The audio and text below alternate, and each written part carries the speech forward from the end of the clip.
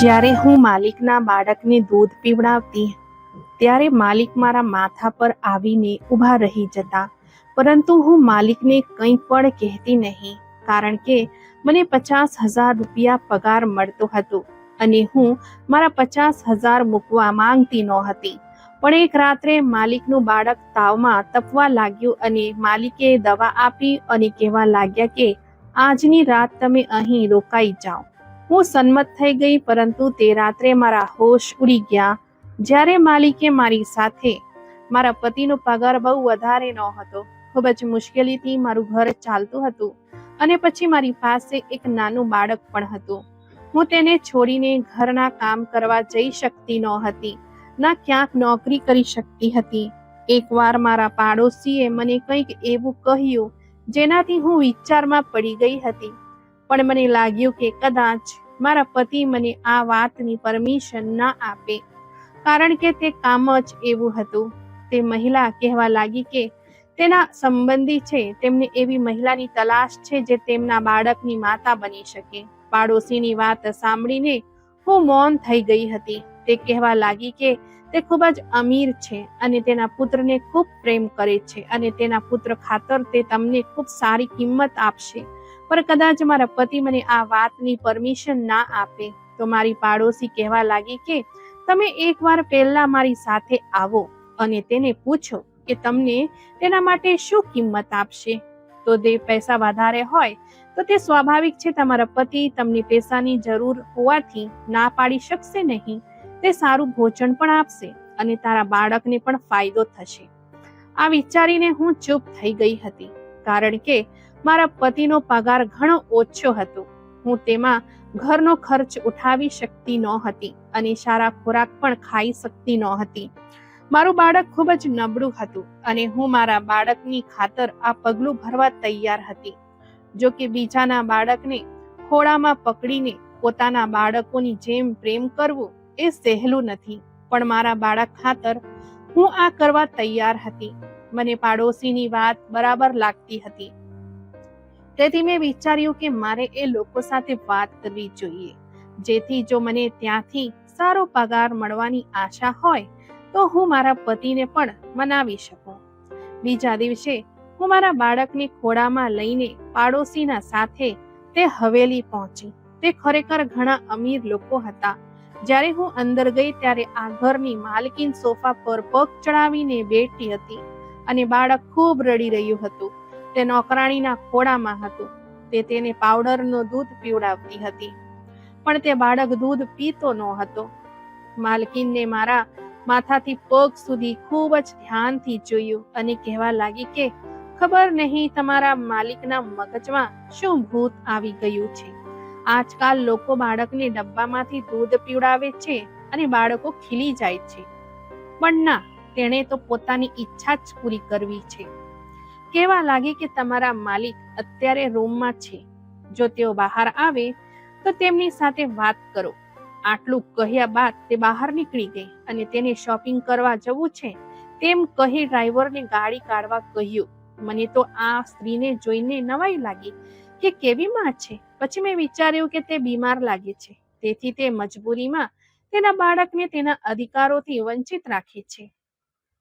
પરંતુ આ મહિલા તો સ્વસ્થ હતી, પોતાના બાળકને માતાનો પ્રેમ આપી શકતી હતી. પણ આજની મોડર્ન માતા આવી હોય છે જે તેના બાળકોને નોકર પર ના રહેમોકરમ પર પાલે છે. તેને તેની છાતી પર લગાડવાને બદલે તેને નોકરોને સોંપી દે છે.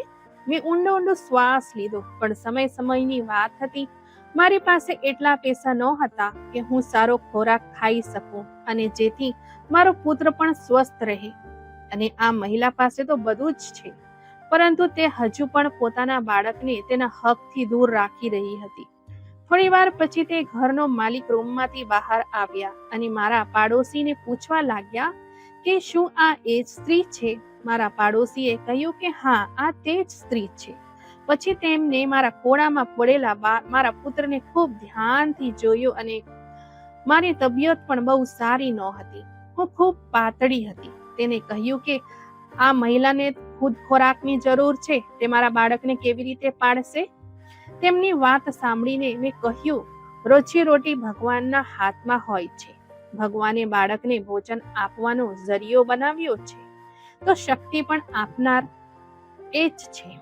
મારી વાત સાંભળીને તેણે મારી સામે ભારે આશ્ચર્યથી જોયું અને કહ્યું, મારું બાળક ખૂબ જ બીમાર થવા લાગ્યું છે, કારણ કે તેને પાવડરવાળું દૂધ અસર કરતું નથી અને મારી પત્ની કોઈ પણ રીતે બાળકને તેનો હક આપવા તૈયાર નથી અને હું મારા પુત્રના સ્વાસ્થ્ય સામે કંઈ કરી શકતો નથી.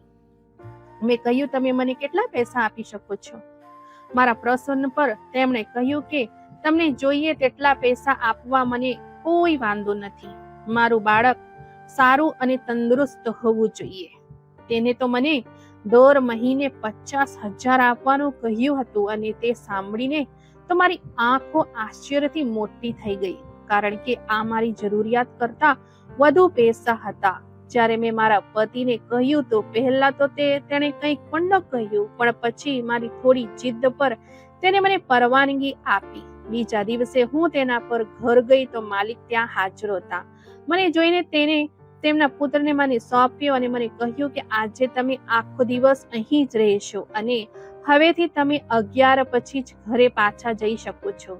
હું મારા પુત્રને પણ સાથે લઈ આવી હતી. હું નોકરાણી સાથે એક રૂમમાં ગઈ. તે રૂમ ફક્ત આ બાળક માટે જ બનાવવામાં આવ્યો હતો. તે બાળક ખૂબ રડતો હતો, કારણ કે તેને ખૂબ ભૂખ લાગી હતી. તેથી મેં તેને ગળે લગાવીને શાંત કર્યો. પછી તે થોડી જ વારમાં સૂઈ ગયો હતો. પણ તે બાળકને મારા ખોળામાં જોઈને મારો દીકરો મને ધ્યાનથી જોઈ રહ્યો હતો, કારણ કે મારા બાળકના પ્રેમમાં બીજા કોઈને પણ સામેલ કર્યા હતા.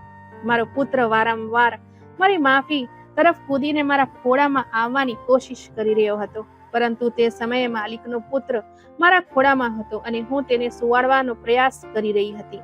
થોડી જ વારમાં મેં મારા પુત્રના ચહેરા પર એક વિચિત્ર બેચેની જોઈ હતી. માલિકનો પુત્ર હવે સૂઈ ગયો હતો, પરંતુ જ્યારે પણ મારો પુત્ર મારી તરફ આવતો ત્યારે હું તેને પાછળ ધકેલી દેવાનો પ્રયાસ કરવા લાગતી. પણ હવે મને લાગ્યું કે મારો દીકરો પણ રડવા માંડશે, તેથી મેં તે બાળકના રમાકડા મારા પુત્રની આસપાસ રાખ્યા. મારો પુત્ર રમાકડાથી રમવા લાગ્યો હતો. પછી હું તે બાળકને લઈ અને તેને બેડ પર સુવાડ્યો અને પછી મેં જોયું કે મારા પુત્રને ભૂખ લાગી હતી અને હવે તેના સૂવાનો પણ સમય હતો. મેં મારા પુત્રને પણ સુડાવ્યો, પણ તેને સુડાવવું તો ક્યાં તે વિશે હું વિચારી રહી હતી, કારણ કે તે પલંગ માલિકના પુત્રનો હતો અને તેનો પુત્ર તે પલંગ પર સૂઈ રહ્યો હતો. પછી મેં મારા પુત્રને જમીન પર સુડાવ્યો અને હું તેની બાજુમાં બેઠી હતી. થોડી વખત પછી તે રૂમનો દરવાજો ખુલ્યો અને એક નોકરાણી રૂમમાં આવી. તેના હાથમાં દૂધનો ગ્લાસ હતો. તેણે મને તે આપ્યો અને હું આશ્ચર્યથી તેની સામે જોવા લાગી. તેણે કહ્યું કે માલિક કહે છે કે તમે આ પી લો અને થોડા સમય પછી હું તમારા માટે ફળ પણ લાવીશ, તે બધા તમારે ખાવા પડશે. મને એ સાંભળીને નવાઈ લાગી. મેં કહ્યું, હું આ બધું કેવી રીતે ખાઈશ? તો તે નોકરાણી કહેવા લાગી કે તે માલિકનો આદેશ છે. કહેતા હતા કે તમે સારું જમીશો અને સારું પીશો તો જ તેનો પુત્ર પણ સ્વસ્થ રહેશે. આ સાંભળીને મેં દૂધનો ગ્લાસ પીધો. આજે મેં 2 વર્ષ પછી દૂધનો ગ્લાસ પીધો હતો. નહીતર દરરોજ હું એક કપમાં ચા માત્ર 3 ઘૂંટ દૂધ ઉમેરીને પાતળી ચા પીતી હતી. તે જ સમયે મને ખબર નહીં કેમ મારી આંખો આંસુઓથી ભરાઈ ગઈ. કે વખત પણ માણસને કેવી વસ્તુઓ બતાવે છે. જ્યાં હું રોટલી માટે તડપતી હતી અને અહીં મારી સામે દુનિયાની બધી વસ્તુઓ હાજર હતી. માલિકના પુત્રના કારણે 6-7 દિવસમાં જ મારી તબિયત સારી થઈ ગઈ હતી. પણ એક વાત મને ખૂબ પરેશાન કરતી હતી કે જ્યારે પણ હું માલિકના પુત્રને દૂધ પીવડાવવા અંદર લઈ જતી તો થોડા સમય પછી માલિક કોઈને કોઈ બહાને અંદર આવી જતા અને ખૂબ જ વિચિત્ર આંખોથી મારી સામે જોતા. મને કંઈક અલગ લાગતું, તેથી હું તરત જ તેના પુત્રને ખોળામાંથી ઉતારી દેતી. પછી તે મને તેના પુત્ર વિશે પૂછવા લાગતા. મને મારા માલિકની હરકત ખૂબ જ ખરાબ લાગતી કે તે શા માટે પરવાનગી વિના રૂમમાં પ્રવેશે છે. 7-8 દિવસ સુધી આમ જ ચાલુ રહ્યું. પછી એક દિવસ મેં તેમને કહ્યું કે મને ગમતું નથી, તમે કેમ વારંવાર રૂમમાં આવો છો? મારી વાત સાંભળી તે કહેવા લાગ્યા કે હું એક વાત કહું. મેં કહ્યું હા કહો. તેણે કહ્યું કે હું તમારી સમક્ષ જે ખાવા પીવા માટે વસ્તુઓ આપું છું તે માત્ર એ કારણ કે મારા બાળકની તબિયત સારી રહે.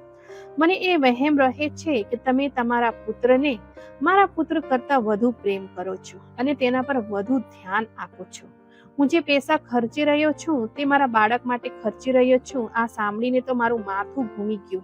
તેણે મારા વિશે શું વિચાર્યું? શું હું બેઈમાન છું? શું હું મારા બાળકની હાજરીમાં તેના પુત્રને પૂછીશ પણ નહીં? શું હું તેનો ભૂખ્યો રાખીશ?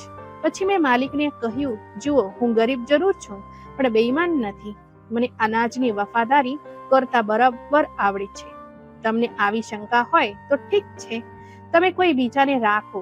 એમ કહીને હું મારા બાળકને ખોળામાં લઈને બહાર નીકળવા લાગી અને તે બોલાવતો રહી ગયો. પણ હું 1 મિનિટ પણ ત્યાં ન રહી અને મારા ઘરે આવી. હું ચોક્કસપણે ગરીબ હતી, પરંતુ નમક ખરાબ ન હતી. આટલી બધી વાતો સાંભળ્યા પછી હું ત્યાં કેમ રહી શકું? હું મારા બાળકનો હક તેના પુત્રને આપતી હતી. હું તેના બાળકની ખૂબ સંભાળ લેતી હતી. જ્યાં સુધી હું ત્યાં હોતી હું તેના બાળકની સંભાળ રાખતી અને મારા બાળકને તેના રમકડાથી રમવા આપી દેતી.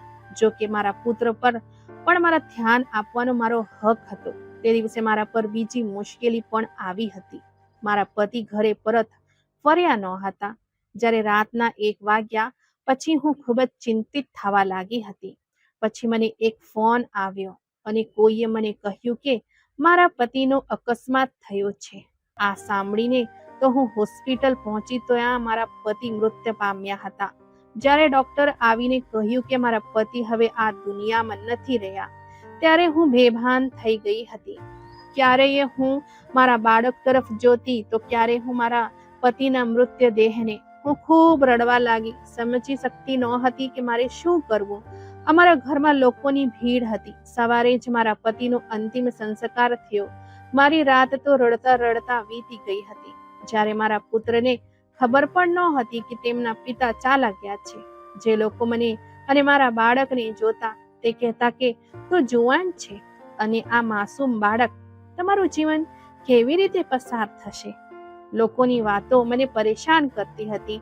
હું હવે શોક સાથે બેઠી હતી. બીજા દિવસે મારા ઘરની બહાર એક કાર ઊભી રહી. આ મોટી કાર અમારા નાના વિસ્તારમાં કેમ આવી હતી? એટલામાં અમારા ઘરનો દરવાજો ખોલ્યો અને હું માલિક તરફ જોવા લાગી. જ્યારે માલિક બધાને નજર અંદાજ કરી મારી તરફ આવ્યા, તેને સમાચાર મળ્યા કે રાત્રે મારા પતિનું મૃત્યુ થઈ ગયું હતું. તે મને સહાનુભૂતિ આપવા લાગ્યા અને હું ધ્રુસકે ધ્રુસકે રડવા લાગી. પછી માલિકે કહ્યું, ચિંતા કરશો નહીં. હું તમને એ કહેવા આવ્યો હતો કે મારા પુત્રની તબિયત ખૂબ ખરાબ છે. હવે તે નોકરાણી સાથે પણ શાંતિથી રહેતો નથી. તે ફક્ત રડતો જ રહે છે. તેને તમારા ખોળાની આદત પડી ગઈ છે. કહેતા હતા કે તમે પાછા આવી જાઓ. મને મારી ભૂલ પર શરમ આવે છે. બસ મારા બાળકને લઈને હું થોડો પરેશાન થઈ ગયો હતો કે તેની માં તેની પોતાની નથી તો હું બીજા પર વિશ્વાસ કેમ કરું? તે પણ તેમની જગ્યાએ સાચા હતા. તેણે મારા હાથ પર થોડા પૈસા મૂક્યા અને પછી ત્યાંથી ચાલા ગયા. મારા પતિ મૃત્યુ પામ્યા હતા અને ઘરનું રાશન પણ પૂરું થવાનું હતું અને મને ઘણી વખત નોકરાણીના ફોન પણ આવ્યો હતા કે માલિકનો દીકરો ખૂબ જ બીમાર છે અને તેને તમારા ખોળામાં જ આરામ મળે છે. મને પણ આ બાળકની ચિંતા હતી. અંતે હું એક માતા હતી. મારા ખોળામાં પણ એક નિર્દોષ બાળક હતું. તો હવે બીજા બાળકની ચિંતા કેવી રીતે ન કરી શકું? મેં મારા માલિકને ફોન કર્યો તો તેમણે એક કાર મોકલી જેમાં હું માલિકના ઘરે પહોંચી. મારી હાલત ખૂબ જ ખરાબ હતી, પરંતુ તેમ છતાં જ્યારે મેં મારા માલિકના બાળકને ઉપાડ્યો તો તે તરત જ શાંત થઈ ગયો અને મારી સાથે રમવા લાગ્યો. જાણે હવે તેને મારી આદત પડી ગઈ હતી. તે બધા સમય મારી પાસે જ રહેતો હતો. આ જોઈને માલિક ઘણા ખુશ થયા અને પછી એક દિવસ મારી પાસે આવ્યા અને કહ્યું કે જો તમને યોગ્ય લાગે તો તમે અહીં રહી શકો છો. હું તમારા માટે રૂમ સાફ કરાવી આપીશ અને આ દુનિયામાં તમારું કોઈ બાકી નથી તો એકલા રહેવું કરતા અહીં જ રહ્યા કરો. માલિકની વાત મને ખરાબ પણ ન લાગી હતી અને માલિકનો રવૈયો મારા પુત્ર સાથે પણ સારો લાગવા લાગ્યો હતો. તે તેની ખૂબ કાળજી લેતા હતા. તે તેના પુત્ર માટે જે પણ વસ્તુઓ ખરીદતા હતા તે જ મારા પુત્ર માટે પણ લાવતા હતા. જ્યારે માલકીનની તો કોઈ ખબર જ નહોતી. તે ક્યારેક આવતી અને ક્યારે જતી એ માલિકને પણ ખબર નહોતી. તેનો આખો સમય મિત્રો સાથે શોપિંગ અને પાર્ટીમાં વીતતો હતો. ઘણી વખત તે તેના મિત્રોને મળવા માટે એકલા બીજા દેશમાં પણ જતી હતી. તેને તેના બાળકની બિલકુલ પરવાહ નહોતી. મારા પતિને યાદ કરીને મને ખૂબ જ દુઃખ થવા લાગતું. એક દિવસ માલિકના દીકરાની તબિયત ખરાબ હતી. હું રૂમમાં જવા લાગી ત્યારે માલિકે કહ્યું કે તમે આજે અહીં જ રહો અને મારા દીકરાના રૂમમાં જ સૂઈ જજો. મારો પુત્ર બીમાર છે અને તે ફક્ત તમારી સાથે જ રહી શકે છે. તેથી મને ત્યાં રહેવાની ફરજ પડી. અડધી રાત્રે માલિકનો દીકરો ખૂબ ભૂખથી રડવા લાગ્યો અને હું તેને દૂધ પીવડાવવા લાગી. પર ત્યારે જ માલિક રૂમમાં આવ્યા. જ્યારે મેં પગના અવાજ સાંભળ્યા તો હું ડરી ગઈ અને માલિકના પુત્રને મારાથી દૂર કરવા લાગી. તે સૂઈ ગયો હતો અને તેની તબિયત પણ થોડી સારી હતી. મારી હેરાનગી જોઈને માલિક મારી સામે ખુરશી રાખીને બેસી ગયા અને તેમણે જે કહ્યું તે સાંભળીને તો મારા પગ નીચેથી જમીન નીકળી ગઈ. માલિકે કહ્યું, જુઓ, હું શું કહું છું તે ધ્યાનથી સાંભળો કે મારે એવા પ્રકારની છોકરી સાથે લગ્ન કરવા હતા જે ઘરની બધી બાબતોનું ધ્યાન રાખે અને ઘર સાથે મારા થવાવાળા બાળકનું પણ ધ્યાન રાખે અને તેની સારી સંભાળ રાખે. મેં જે સ્ત્રી સાથે લગ્ન કર્યા તેના માં એવી કઈ ખાસ વાત નથી. તેથી હું ઈચ્છું છું કે તમે મારા પુત્રની તમારા પોતાના બાળકની જેમ સંભાળ રાખો અને જો તમે ઈચ્છો તો મારી સાથે લગ્ન કરી લો, કારણ કે મારું બાળક પણ તમને તેની માં માને છે. તેથી હું ઈચ્છું છું કે હું તમને તેની માતાનો દરજ્જો આપી દઉં. માલિકે જે કહ્યું તે સાંભળીને તો મારો ચહેરો લાલ થઈ ગયો. હું કહેવા લાગી કે નહીં, હું ફક્ત મારા પતિને જ પ્રેમ કરું છું. હું તમારી સાથે કેવી રીતે લગ્ન કરી શકું? હજુ તો તેમની આત્માને પણ શાંતિ મળી નથી. પછી હું તરત જ મારા રૂમમાં પાછી ગઈ. પરંતુ માલિકે મને કહ્યું હતું કે તમને આ નિર્ણય લેવાનો અધિકાર છે. તમે જે કહો તે જ થશે. મારા બાળક પ્રત્યે માલિકનું વલણ ખૂબ જ સારું હતું. તેને જીવનના બધા સુખ મળી રહ્યા હતા. જ્યારે મેં મારા બાળક અને માલિકના પુત્રનું ભવિષ્ય જોયું ત્યારે મેં ઘણું વિચાર્યું. તેથી મને માલિકનો નિર્ણય સ્વીકારવાની ફરજ પડી. પરંતુ હું માલકીન બાજુથી ખૂબ જ પરેશાન અનુભવી રહી હતી. હું માલિક સાથે લગ્ન કરવા સંમત થઈ તો માલિકે તરત જ તેમની પહેલી પત્નીને છૂટાછેડા આપી દીધા અને તેની પત્ની ચીસો પાડવા લાગી. તેણે પતિના મોઢા પર થપ્પડ મારી અને કહ્યું કે તારી હિંમત કેવી રીતે થઈ એક નોકરાણી સાથે લગ્ન કરવાની?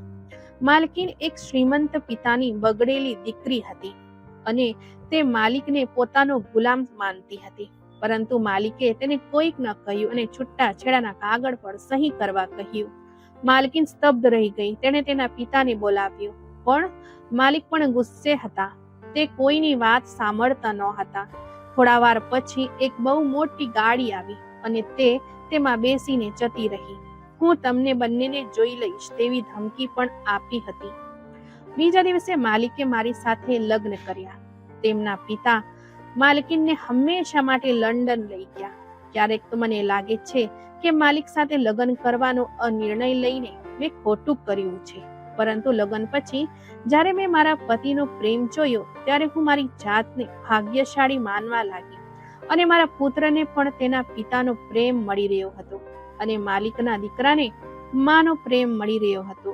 હું હવે જીવનમાં ઘણી ખુશ હતી કારણ કે ભગવાને મને જીવવાનો ઘણો મોટો સહારો આપી દીધો હતો.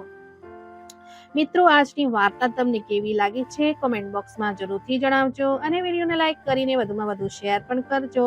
આવી જ અવનવી વાર્તા સાંભળવા માટે અમારા ચેનલને સબસ્ક્રાઇબ જરૂરથી કરજો. આપણે ફરી મળીશું એક નવી વાર્તામાં. ત્યાં સુધી ધન્યવાદ.